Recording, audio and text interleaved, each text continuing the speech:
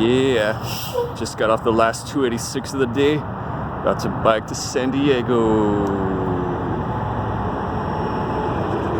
And I just barely made the bus. I almost missed it because I left the house late. I was too giddy redesigning Fullerton Transit's delivery for their Instagram posts, and I barely made it. So thank goodness I didn't have to bike down Brea Canyon this time. So let's go. We're gonna head up Birch, down Kramer, to Lincoln, to Santiago, that turns into Wanda, on the bike trail through Grijalva Park, and then stop at the donut shop for some food.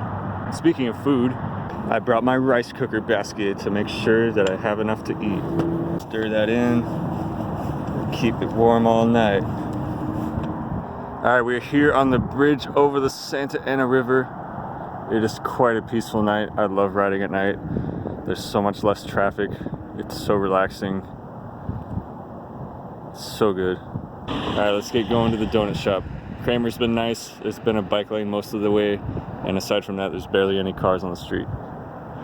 Alright, stopping here for everyone's favorite hydrocarbon sensation, vegan donuts. Apparently they ain't open 24 hours anymore because the door was locked. Oh well, I've got my rice. I'm not gonna run out of food. Alright, not to worry, the show goes on. We're here at the end of Hughes on 17th in Tustin. Interestingly, I just saw an Octave Route 60 cross by. It's just before 1 a.m.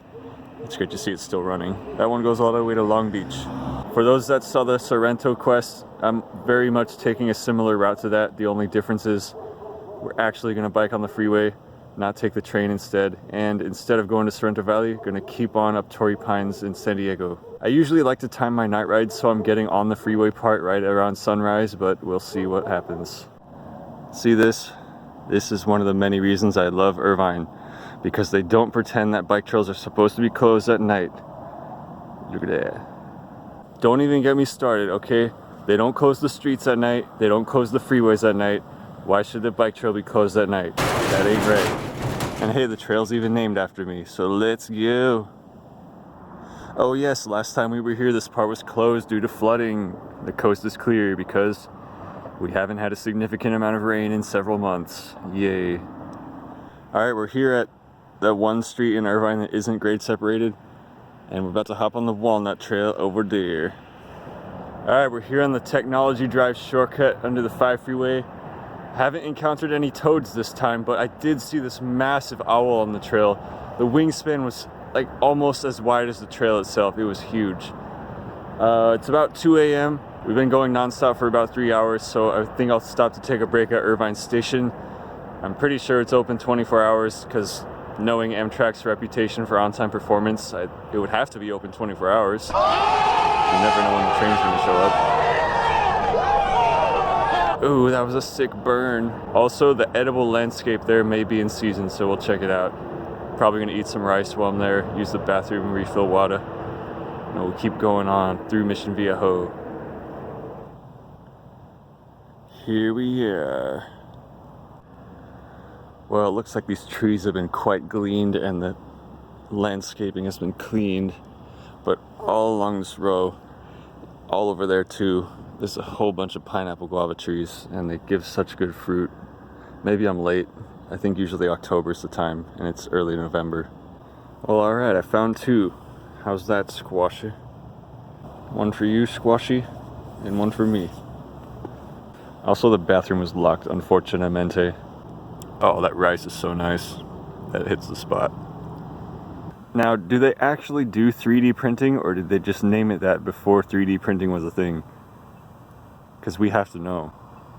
Alright, we're here at Mission Viejo, and this station ethically has to be open 24 hours a day because it's a pedestrian corridor, and if you wanted to walk to the other side, you have to go up some ridiculous amount of hills just to get over there, if you didn't go through this undercrossing. Irvine Station actually had another person there. I couldn't tell if they were a security person because they were asleep, and I heard them playing music, but I just left them alone. Just ate my rice, grabbed my pineapple guavas, and everything was okay. Too much machismo to use the ramp.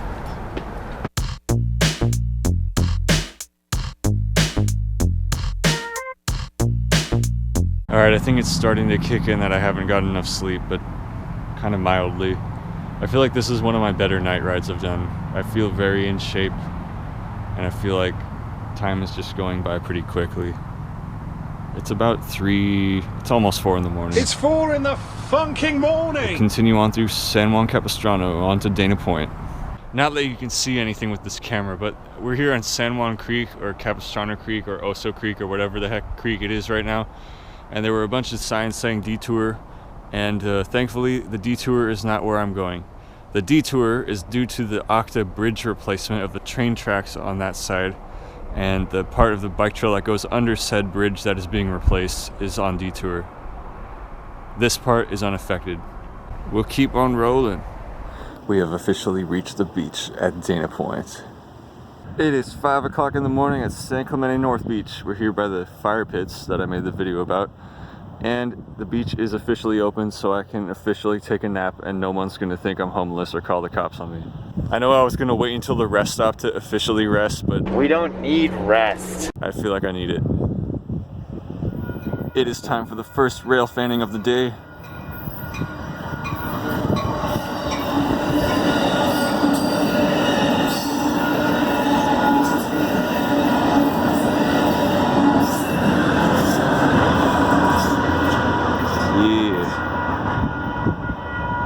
And through the magic of dozing off for like 10 minutes, I'm suddenly wide awake again, ready to hit the road.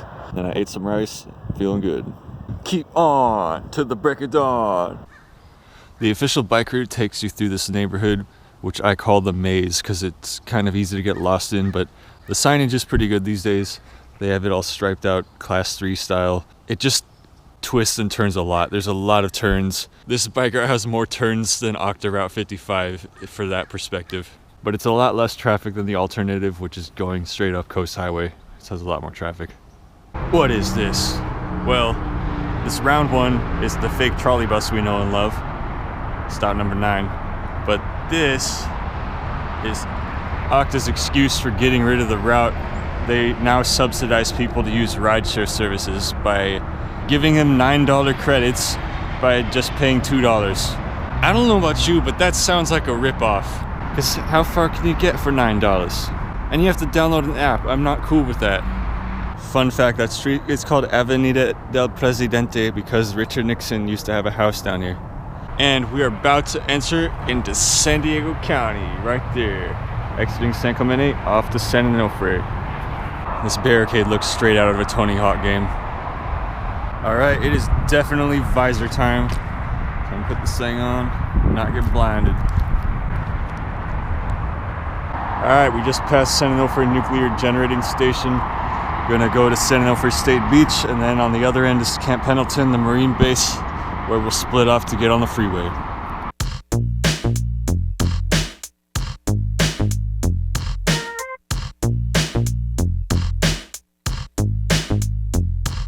Alright, time to enter U.S. Marine Corps property. It says radio headsets prohibited, but it doesn't say anything about video cameras. But I'll be nice and not film it. Meet you at the freeway. Alright, south end of Las Pulgas Drive, Road, forget. I hope this detour isn't real, and I hope I get to ride on the freeway because it is a lot funner, a lot faster. And last time I checked, you had to register to get into Camp Pendleton. And it takes forever to get through because it winds so much. It's like Octa Route 55. Go check it out.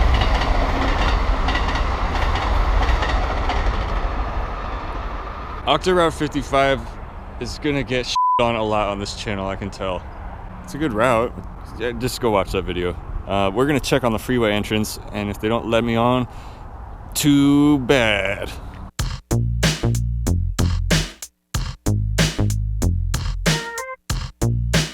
That is a new sign. I love it because the implication of this sign means bikes are allowed, but it's not clear to some people.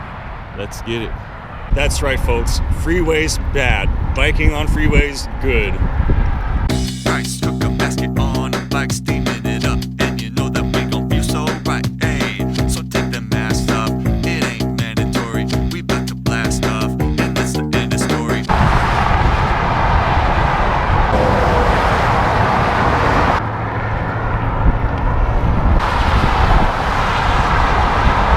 Dang, I'm gonna missing out on all this free toilet paper.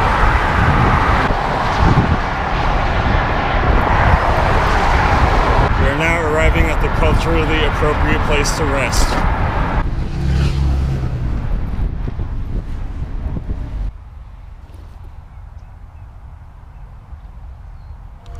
Alright, just loaded up on some rice that was souped up with some soup that I brought, and also Thai lime, and also those pineapple guavas were good. And I found a can of corn in San Onofre State Beach. It was just sitting on top of one of the trash cans, unopened. This comes with free corn, so I'm eating good tonight. Let's go to Oceanside. Trains. Yeah, I can just stop here and get the shot of Stewart Mesa. Oh, is it time to bike faster than traffic? I think maybe.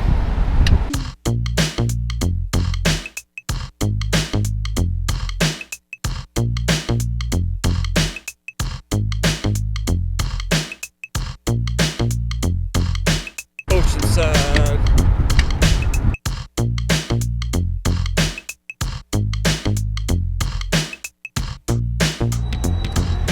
Well, we made it to Oceanside Transit Center. Anyways, since we're here in Oceanside and we've already covered between here and Torrey Pines in the other video, I'm not going to film any of it, so refer to that video, the Sorrento one, and then we'll pick up back at Torrey Pines. We're here about to enter Solana Beach, and it would appear my own on-time performance is lacking, so I might end up taking the coaster to Old Town, and take the 10 bus, because I actually want to make it there. It's currently 1:30 and the meeting time is at 4, so it's cutting it close. We'll check the schedules. So there is a coaster in 15 minutes going southbound, so I decided to take that. That'll prevent me from rushing. That'll prevent me from being more exhausted than I already need to be for this bike ride. So we'll just have to do that segment in another video. Maybe next time I'm not trying to bike 100 miles to a bike ride. Anyways, Solana Beach, interesting station. For some reason, the southbound is on the east side, and there's this actually non-ADA accessible ramp. Yeah, at least they're very clear about it. This station confuses me so much because the walls look like the eroding cliff sides, but I think that's artificial and that they just mimic the appearance of it so good that it's really convincing. Oh nice, a heritage cab car. Dude, that's not a heritage cab car, that's just the old cab car. They're not the same thing, you don't know what you're talking about. There's a big difference. I wanna ride the heritage cab car, the riveted Bombardier. The bike parking space that isn't wide enough for my bike. Close enough. Coaster southbound to San Viejo, our next stop is Sorrento Valley. Yes, I'm only going 3 zones today, so tapping off the train is important. Yeah, I know I like biking up that big hill, but I'll just have to do it some other day.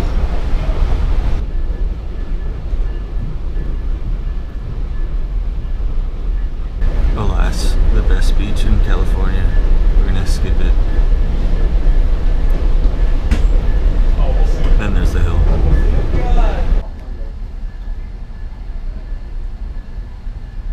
I think it's a tried and true fact that the front of the train is usually the least crowded because of people being paranoid of train crashes.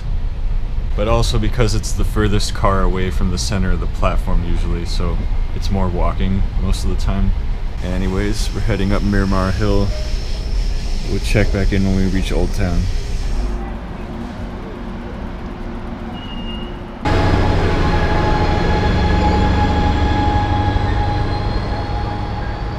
Well, looks like Old Town's got some edible landscape. Strawberry berry. Ah, crap. MTS uses the crappy bike racks.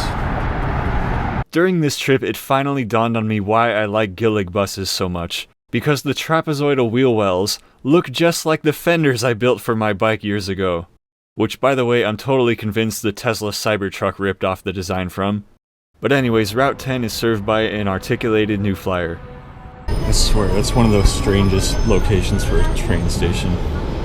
Right under the freeway.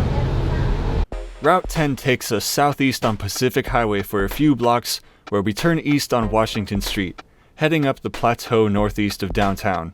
If I could describe this area in one sentence, it would be 1920s zoning and infrastructure with 2020s population levels and traffic.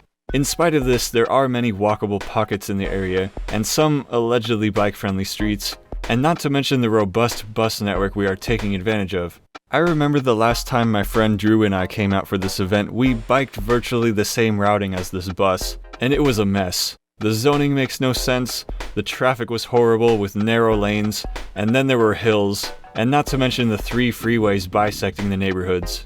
If I had to rename this area, I would just call it Chaos Heights. Speaking of the event we're going to, we're heading to Bikes del Pueblo, a community bike workshop in City Heights for their annual Compost Carnivale, an event that takes place a week or so after Halloween, where we go around on bike trailers collecting old and rotting pumpkins to be composted. And then there's also a concert and food afterwards. And the seats in here are, meh, kind of hard. Bikes. Wow, that was really loud. There's this cool bridge. Yeah, I remember biking on this street. It wasn't that fun. Oh my gosh, these bike racks always look like this bike's gonna fall off, but as long as it doesn't actually fall off, that's all that matters. Alright, coming up on the 15, that means we're almost done. Thank you. Ah yes, the other problem with these style bike racks, when they get stuck on the curb. Yeah, I'm glad I took the coaster because I would have been late, and that was actually the entire length of the route. Conveniently, Bikes del Pueblo is like 3 blocks north of here. Let's go. This is the transfer station for the rapid bus that goes on the 15 freeway up towards Escondido. I headed north on this small bike trail but temporarily got lost because I was exploring this park that is suspended above the 15 freeway, but I ended up finding it. This is their new location on the west side of the 15, where last time it was on the east side in a similar looking vacant lot. Those gilligs remind me of turtles because the thing on the roof doesn't cover the whole roof. The turtle gillig. Alright, we're getting ready to roll out for the pumpkin collection ride. It's going to be about a 40-minute bike ride. We're going to cross a couple big intersections. In East Mountain View Drive, vamos a buscar calabazas. Hey, it's one of those streets with an artificial dead end. But not for us.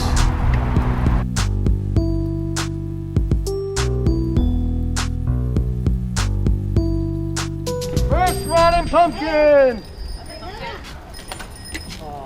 Ah, sí, ahí la vas a subir. It's so squash. Yeah!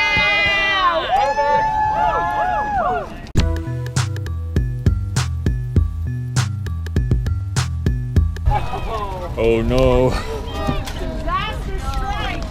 Maybe if someone finished welding the bike trailer and put a back on it that day. Like that one. Drop them off in the other trailers. In the other trailers. Oh yeah, those look great. Excellent. Now I must say that this year's ride was much different than the last time I was here. That time it was more like a parade, with a bunch of 20 to 30-year-olds on bike trailers, banging on drums, making lots of noise, yelling, "Bring out your food scraps!" And then the ride took like 2 hours, which Drew and I were suffering to stay awake through. This year, there were children. And also this year was the week after daylight savings time ended, so it got really dark within the first 15 minutes of the ride. Add that to a bunch of kids on bikes with no lights, darting every which way across the street to knock on people's doors and ask for their pumpkins. It was quite anxiety-inducing for the adults.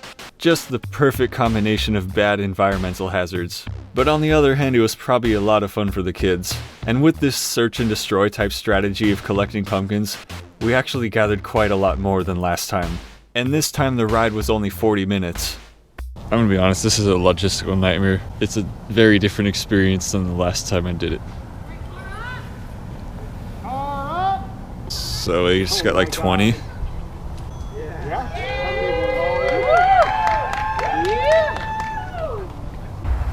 We made it. Where do we unload at? We did it. Oh my goodness. And we made it back to the lot, and nobody got run over. Then there were tacos, there was music, and I left early, but apparently there was also this really cool performative pumpkin smashing towards the end. That looked like fun. Alright, it's the next day. Some nice people there let me stay over at their house in one of those neighborhoods with the word Heights after it. And we're gonna head down to the Amtrak station. We're outside Balboa Park. 24-hour bus lane.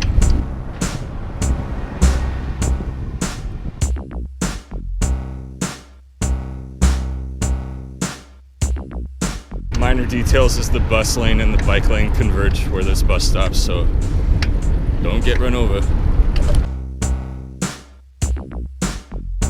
This is actually where the concert was the last time I was at this event, and that's also where we welded that bike trailer.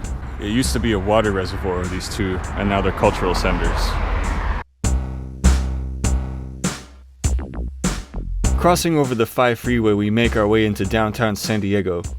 On the map it looked like A Street would have been the best choice at a bike-friendly street to get to Santa Fe Depot, but I didn't realize this was a one-way street eastbound, and I'm going west.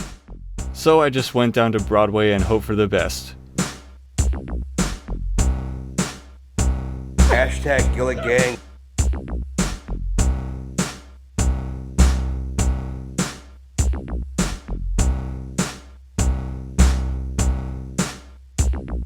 Hashtag Gillig Gang. Now, Broadway didn't have the best pavement, and as much as I love Gillig buses, getting blocked by them can be a bit annoying, so I eventually passed it and made my way down to Santa Fe Depot. Alright, about half an hour early, not bad. That's right, the bikes are all the way in the cab car, I think. The future and the past. Bike car. As it so happens, this entire basket fits inside this basket. That way, I don't have to look like I have more than 2 carry-ons besides the bike. Winner. That's right, this is the first Pacific Surfliner video on this channel. Well, I must say I do have some thoughts about their bike storage policy, but more on that later. For now, it's time to kick back and enjoy an uninterrupted ride to Fullerton. Time to eat my breakfast courtesy of San Onofre State Beach. Morning, welcome aboard. Next stop for us is Old Town to pick up many more passengers. A couple things, folks. General seating is located upstairs. If you can't make it up the stairs, please do so. Lower level is reserved for those with mobility impairments and disabled passengers unable to traverse the stairs.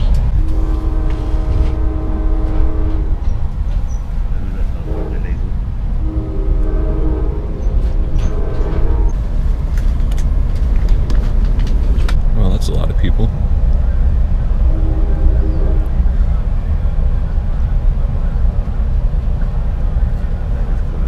So much Gillig. The ride up the coast was very smooth and I was able to get some sleep on the train. Probably more than if I had to take Coaster and transfer to Metrolink in Oceanside, like I did last time. And plus, Amtrak trains have curtains on the windows. Alright, now arriving Irvine. This is Irvine. Welcome to Irvine. Well, that was a relaxing ride.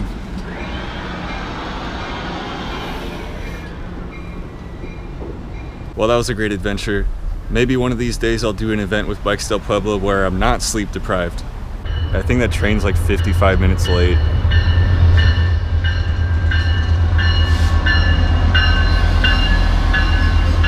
While we're talking about trains, let me complain about Amtrak's bicycle policy. 1, you have to reserve a bike spot on the Surfliner. And 2, they make you park it downstairs, but general seating is upstairs. And they might tell you that, hey, only people with mobility devices can sit downstairs. And it's like, what the heck?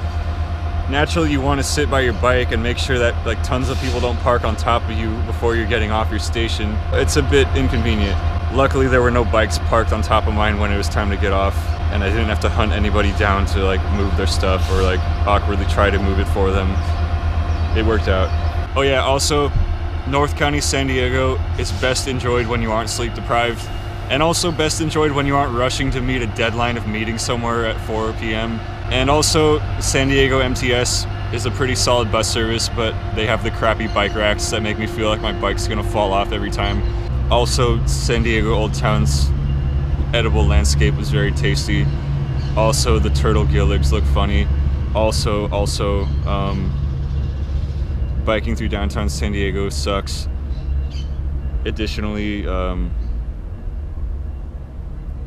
I still love San Diego. San Diego, San Diego, San Diego, San Diego, San Diego, San Diego. Oh, look at that. Brea Mall also has the edible landscape.